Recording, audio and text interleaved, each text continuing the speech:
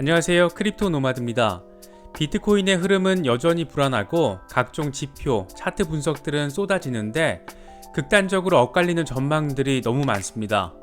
이걸 보면 이제 오르려는 신호인가 싶다가도 저걸 보면 또 떨어지는 신호인가 싶기도 하고 그런 경우가 하루 멀다 하고 반복되고 있습니다. 앞선 영상에서는 거래소로 이동한 거래 물량이 순간적으로 늘었다는 점을 보여주는 크립토 퀀트 차트에 대한 분석을 살펴봤습니다. 올해 비슷했던 세 번의 상황 모두 단기 하락 뒤에 상승했다는 점에서 단기 하락의 시그널로 해석됐던 지표였습니다. 그런데 이번에는 거래소 전체의 비트코인이 거래소 밖으로 빠져나가기 시작했다는 글래스노드의 데이터가 공개돼 관심받고 있습니다. 개미고래 구분 없이 거래소 전체의 비트코인의 순유출이 이루어지고 있다는 것인데 과거의 흐름을 보면 거래소 순유출이 이루어졌을 때 비트코인은 가격 상승의 모습을 보였습니다. 매일같이 이렇게 호재성 정보와 악재성 정보가 쏟아지고 있는데 고급 정보에 대한 접근권이 없는 우리로서는 공개된 정보들에 대해서 최대한 숙지하고 또 최대한 객관적으로 의미를 분석하는 게 최선이 아닐까 생각됩니다. 본격적인 시작에 앞서서 좋아요와 구독 또 알림 설정을 꼭 부탁드리겠습니다. 영상 제작에 큰 도움이 된다는 말씀 함께 드립니다. 그럼 시작하겠습니다. 거래소 비트코인의 순유출이 시작됐다는 점은 암호화폐 분석가 비트코인 아카이브가 글래스노드의 데이터를 공개하면서 주목받았습니다. 그는 지금까지 과거 흐름을 근거로 통상적으로 비트코인 순유출, 이 엑소더스는 더 높은 가격으로 비트코인을 밀어올리는 모멘텀으로 작용했다라고 설명했습니다. 글래스노드 차트를 보면 녹색은 비트코인 순유입량을 나타내고 빨간색은 비트코인 순유출량, 검은색 선은 비트코인의 가격을 의미합니다. 차트가 보여주듯이 거래소에 있는 비트코인 총 보유량이 15개월 동안 감소했을 때 이 기간 동안 비트코인은 가격 상승을 보였고 최근 거래소 총 보유량이 증가세를 보이면서 비트코인의 가격은 하락했습니다. 거래소의 비트코인 총 보유량이 증가한다는 것은 비트코인을 매도하기 위한 목적으로 거래소로 유입되는 것으로 해석됩니다.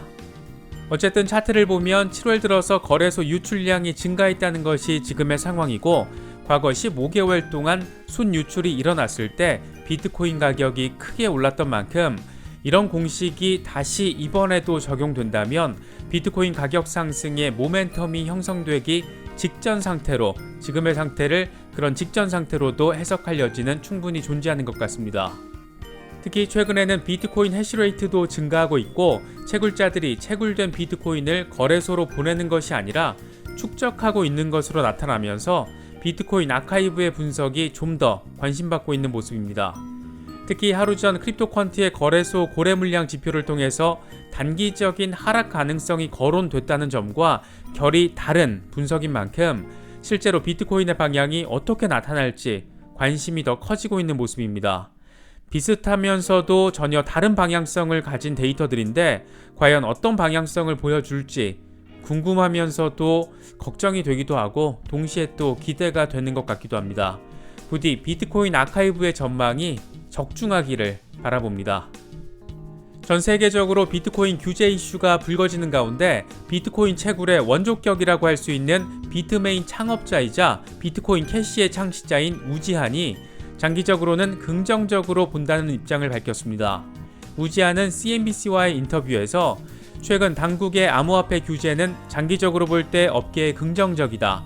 이런 유형의 단속은 악의적 행위자를 없앨 뿐만 아니라 업계에 대한 평판을 높일 것이다. 이렇게 말했습니다.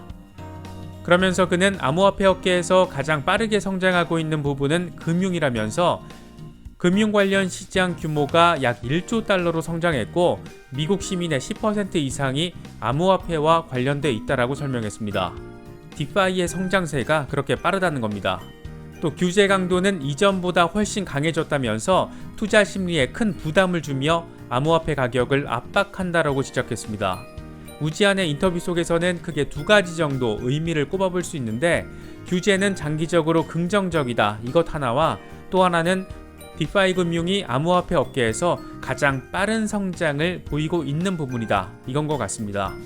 우지한의 분석처럼 실제로 이더리움 기반 디파이 생태계의 고유 주소가 2020년 말보다 3배 이상 증가해서 300만 개를 넘어선 것으로 나타났습니다.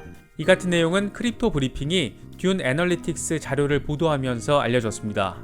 디파이 프로토콜 가운데 유니스왑이 230만 개 이상의 고유 주소를 보유해서 가장 인기 있는 디파이 프로토콜로 나타났습니다. 2위는 32만 5천 개 주소를 확보한 컴파운드가 차지했습니다. 하지만 1위와의 격차가 너무 크다 보니 사실상 유니스왑의 독주 체제, 이렇게도 볼 수 있는 부분입니다. 사실 눈에 띄는 거는 증가 속도입니다. 메사리 리서치의 분석가 메이슨 니스트롬은 디파이 주소 수가 100만 개에서 200만 개로 증가하는 데까지 142일이 걸렸는데 200만 개에서 300만 개가 되는 데는 78일에 불과했다, 이렇게 분석했습니다. 크립토 브리핑은 디파이 시장의 주소 300만 개 돌파는 분명히 중요한 의미를 가지는 부분이긴 하지만 적지 않은 사용자가 여러 개의 주소를 가지고 있다는 점에서 실제 사용자 수는 활성화된 주소보다 적을 수 있다는 점을 지적했습니다. 절대적인 사용자 수는 300만보다 적을 수 있지만 빠른 속도로 증가하고 있다는 점, 상당히 의미 있는 부분으로 보여집니다. 국내 대형은행들이 발빠르게 가상화폐 수탁업에 뛰어들고 있는 가운데 미국에서 가장 오래된 은행이 그레이스케일의 비트코인 투자 신탁 GBTC 서비스 제공 사업자로 선정돼 주목받고 있습니다. 주인공은 미국에서 가장 오래된 은행으로 꼽히는 뉴욕 멜론 은행입니다. 뉴욕 멜론 은행은 2021년 10월 1일부터 GBTC 회계 서비스와 관리를 담당하게 됩니다. 뉴욕 멜론 은행은 향후 GBTC가 투자 신탁에서 비트코인 ETF로 전환하기 위한 전통 금융권 서비스를 제공할 예정인 것으로 전해졌습니다. 멜론 은행은 미국 상업은행 가운데 처음으로 비트코인 취급을 선언한 곳이기도 합니다. 그만큼 시장 변화에 속도감 있게 대응하는 모습을 보여온 곳으로 볼 수 있습니다. 가장 오래된 레거시 금융기관이 비트코인 투자 신탁사의 서비스 제공 사업자가 된 것인데 기본적으로는 파트너십 관계라고 볼 수 있지만 갑과 을의 위치가 바뀐 모습으로 보여진다는 점에서 꽤 흥미롭게 여겨지는 것 같기도 합니다. 특히 이번 파트너십에서 주목해야 되는 부분은 그레이스케일이 GBTC를 비트코인 ETF로 전환하려고 하는 상황에서 상징적인 전통은행과 손을 잡았다는 겁니다. 자산관리의 안정성을 높이기 위한 전략적인 접근으로도 볼 수 있는 만큼 이런 부분을 규제당국이 어떻게 바라볼지 주목되고 있습니다. 글래스노드의 최근 흥미로운 데이터도 관심받고 있습니다. 지난 2016년에서 2019년 사이 비트코인에 투자한 투자자들이 현재 보유하고 있는 비트코인의 비중이 22.9%로 나타났다는 겁니다. 당시 투자자들의 매수가가 640달러에서 2만 달러 사이였다고 합니다. 640달러에 매수한 사람이 지난 4월 비트코인 고점 당시를 기준으로 하면 무려 100배 수익을 얻을 수도 있었던 것으로 볼 수 있습니다. 장기 투자의 진면목이 확인되는 부분이면서 동시에 역사 속의 가격이라는 점에서 상당히 부러움이 느껴지는 것도 어쩔 수 없는 것 같습니다. 하루하루 너무 많은 전망과 분석들이 넘쳐나고 있습니다. 어려운 지점은 극단적으로 엇갈리는 정보들이 꽤 많다는 데 있습니다. 가급적 시장이 더 나아진다는 분석이 적중하면 좋겠지만 기대와 현실이 다른 경우가 많기도 하고 반대 전망 역시 나름의 근거를 갖추고 있다는 점에서 다소 혼란스러운 것도 사실입니다.